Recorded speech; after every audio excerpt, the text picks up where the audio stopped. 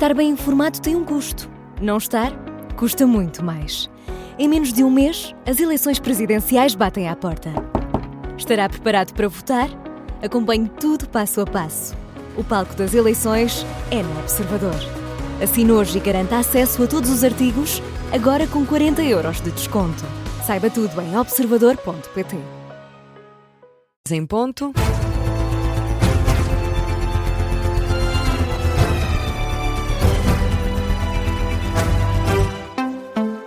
É o Jornal das 8 da Rádio Observador, com a edição da jornalista Beatriz Félix. E começamos com a campanha presidencial. Entre os sabores de Vila Real e uma viagem de mota, Gouveia e Melo vai dar as voltas que os portugueses quiserem. Na feira gastronómica de Boticas, o Almirante apelou à ida às urnas para combater a abstenção e admitiu que gostava que ficasse tudo resolvido na primeira volta eleitoral. Deu ainda um passeio de mota para defender que o destino final, Nadine Soares, está nas mãos dos portugueses.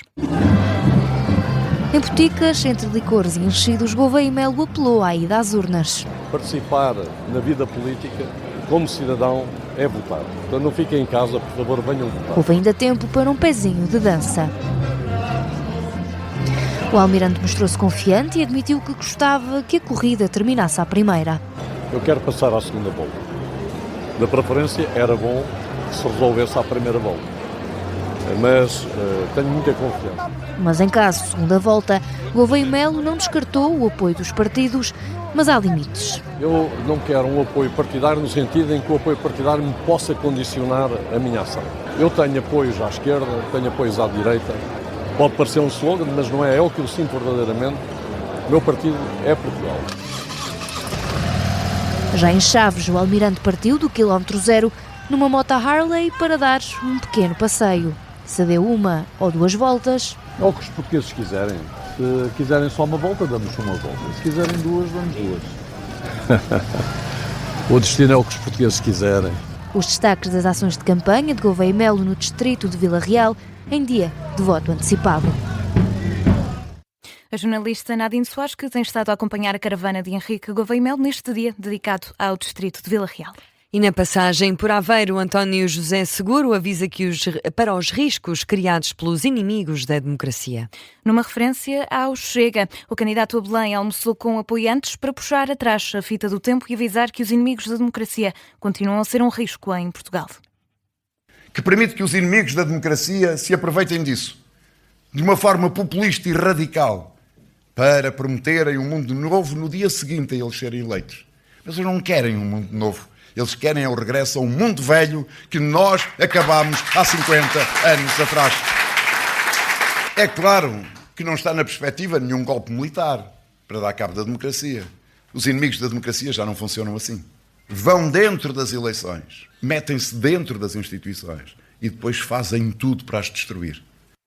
António José Seguro, em Aveiro, depois deste almoço, participou nas festas de São Gonçalinho para assegurar que avançou para a corrida a Belém com coragem. E Luís Marques Mendes elogia Pedro Passos Coelho e procura ficar à margem das trocas de palavras com os oponentes. Em Lamego, o candidato apoiado pela AD quis vincar a forma como é conhecido pelos portugueses devido aos vários anos de comentário televisivo e atirar que não se candidata por vaidade, mas numa tarde em que procurou ficar à margem dos ataques com adversários, Luís Marques Mendes trouxe novamente Passos Coelho para cima da mesa. Miguel Viterbo Dias.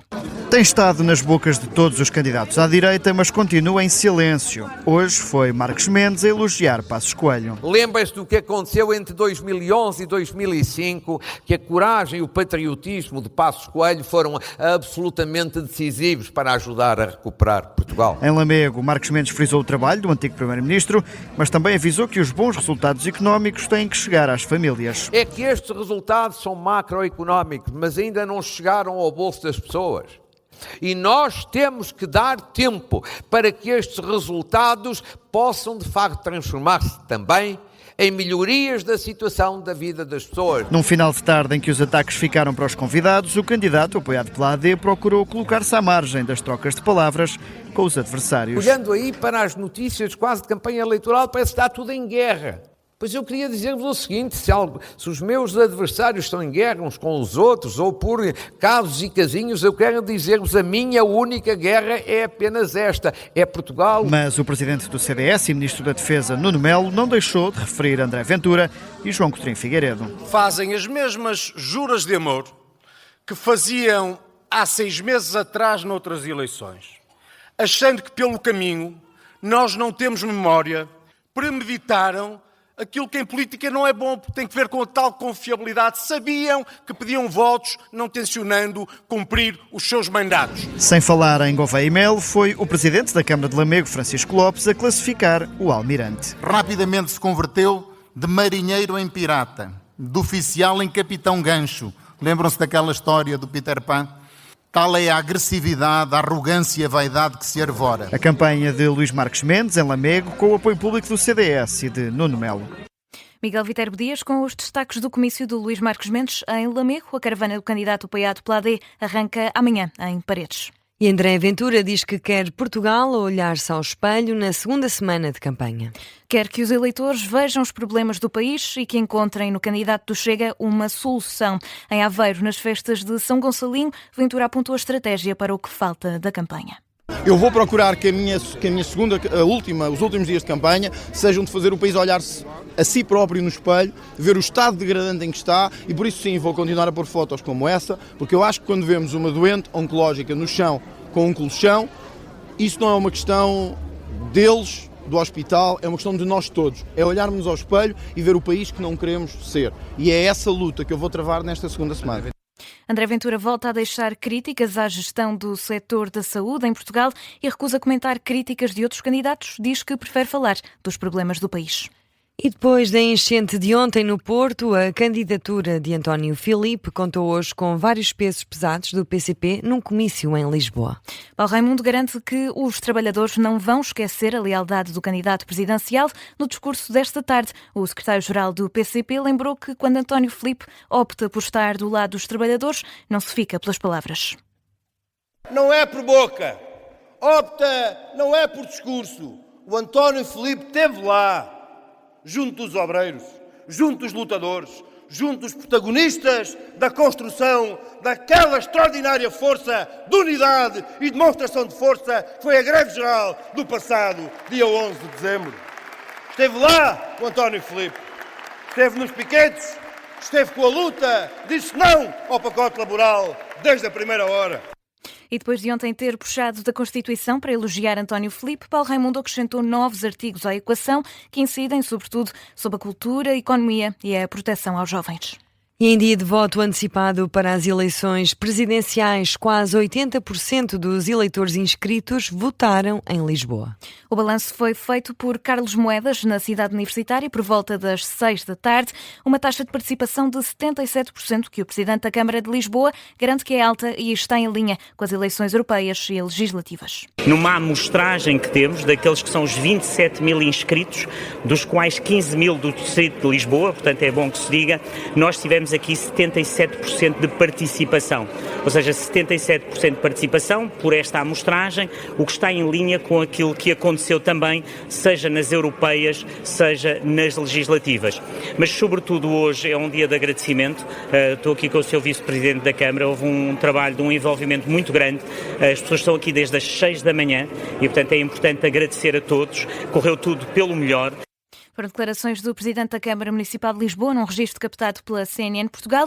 Já no Porto, a taxa de participação registada é de 73%, é o que apontam os dados recolhidos até às 4 da tarde, com base no universo de cerca de 35 mil inscritos. E na atualidade internacional, a Comissão Europeia vai aprovar na próxima semana o plano para que Portugal possa aceder ao empréstimo para investir em defesa. São quase 6 mil milhões de euros que vão ficar disponíveis com o objetivo de criar condições favoráveis para que o país invista em capacidade de defesa, um anúncio que foi feito por Ursula von der Leyen numa conferência de imprensa em Bruxelas. Este plano faz parte das intenções para aumentar o investimento em defesa por toda a União Europeia. Portugal faz então parte deste plano conjunto que engloba 8 dos 27 Estados-membros. O valor do empréstimo vai ser aprovado na quarta-feira. E um grupo de países europeus está a discutir planos para aumentar a presença militar na Groenlândia. Esta aqui é uma notícia avançada pela Bloomberg, que diz que este movimento é liderado pelo Reino Unido, também pela Alemanha. O objetivo é mostrar a Donald Trump que a Europa leva a sério a segurança do Ártico. A Alemanha vai então propor a criação de uma missão conjunta da NATO para proteger a região do Ártico. Esta ação europeia está a ser planeada depois de Donald Trump ter insistido na vontade norte-americana de controlar a Groenlândia. Trump diz que quer chegar a um acordo com a Dinamarca para adquirir a ilha da Groenlândia e que tal vai acontecer, quer a Europa goste, quer não. E fica por aqui o Jornal das 8. A edição foi da jornalista Beatriz Félix.